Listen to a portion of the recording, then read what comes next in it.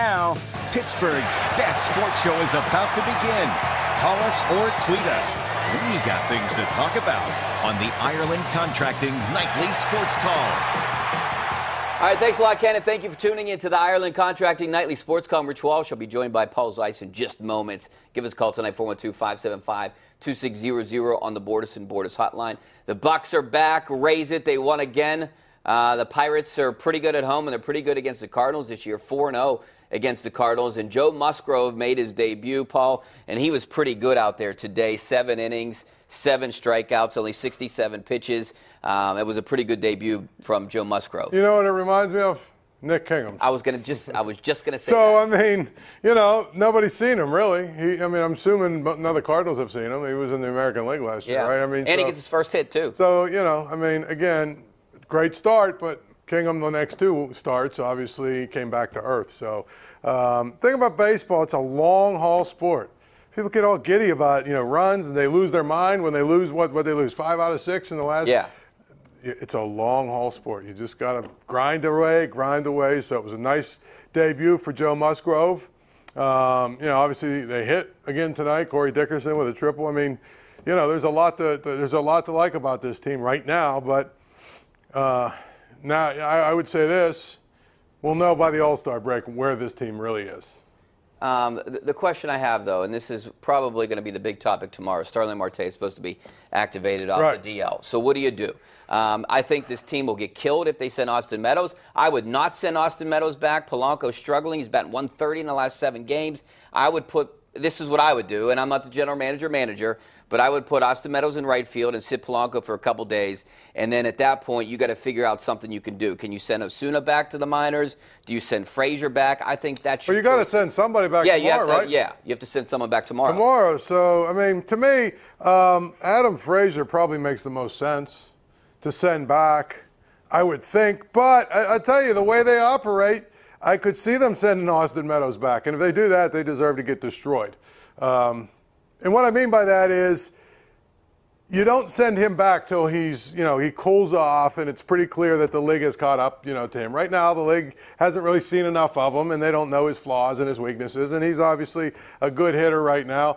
He's hitting a lot better than he ever did in the AAA, which tells you that he's going to come back to earth at some point. He's hot right now, though. So you ride him as long as you can ride him. And I would say this: if they do send him down, they should put him in right a little bit in AAA.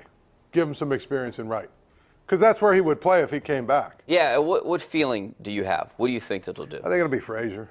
Do you really? I think it'll be Frazier or Osuna, one of those two. Yeah, that's kind of what I think. You got I think it'll be a bad PR move if they send Meadows I think it'll back. be Frazier and Osuna, and I think Meadows will be in the starting lineup tomorrow.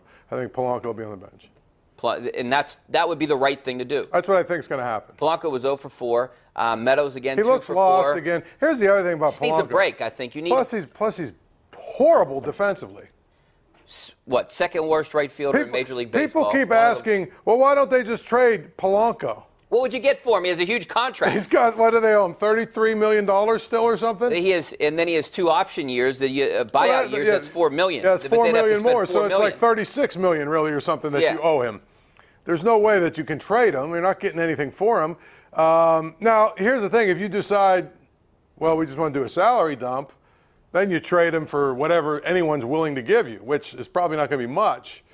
But I don't think you can trade him, so I think you're kind of stuck with him. They're not going to send him back to the minors. He's got an option. He's got a couple of options left, believe it or not. So who knows? But I think that the move will be either Osuna or either be Osuna or Frazier. And you ask yourself, who can they live without? Well, they've already got, if they're going to keep Meadows, that's 4 outfielders. Plus Rodriguez could be potentially a 5th. Plus, Freese is your backup third baseman, so there's really nowhere for Osuna to play. Could you just outright release Freese? No, they're not going to do that. Yeah, he's been 250. But the other part of it is, here's a little dirty little secret that people don't want to talk about. Colin Moran is a platoon player, essentially. Against righties, he's good. He can't hit lefties. and they've done a good job of working Freese in there a lot. I think Colin Moran has like 7 at-bats this year against lefties. They've done a good job of keeping them away from there. So you can't get rid of Freese unless, I guess, you decide that Osuna is ready to play third. And I don't know that he is. So you don't want to. What would happen there if you get rid of Freese? You got rid of Contos. You start getting rid of too many veteran guys, and you got this young team.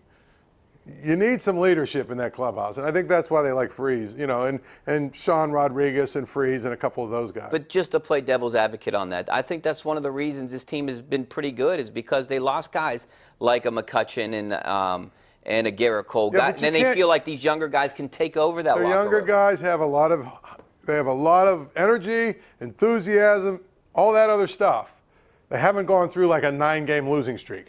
Yeah. Okay, they haven't gone through, where they can't get, Corey Dickerson and Colin Moran are both in a slump. They haven't gone through that yet.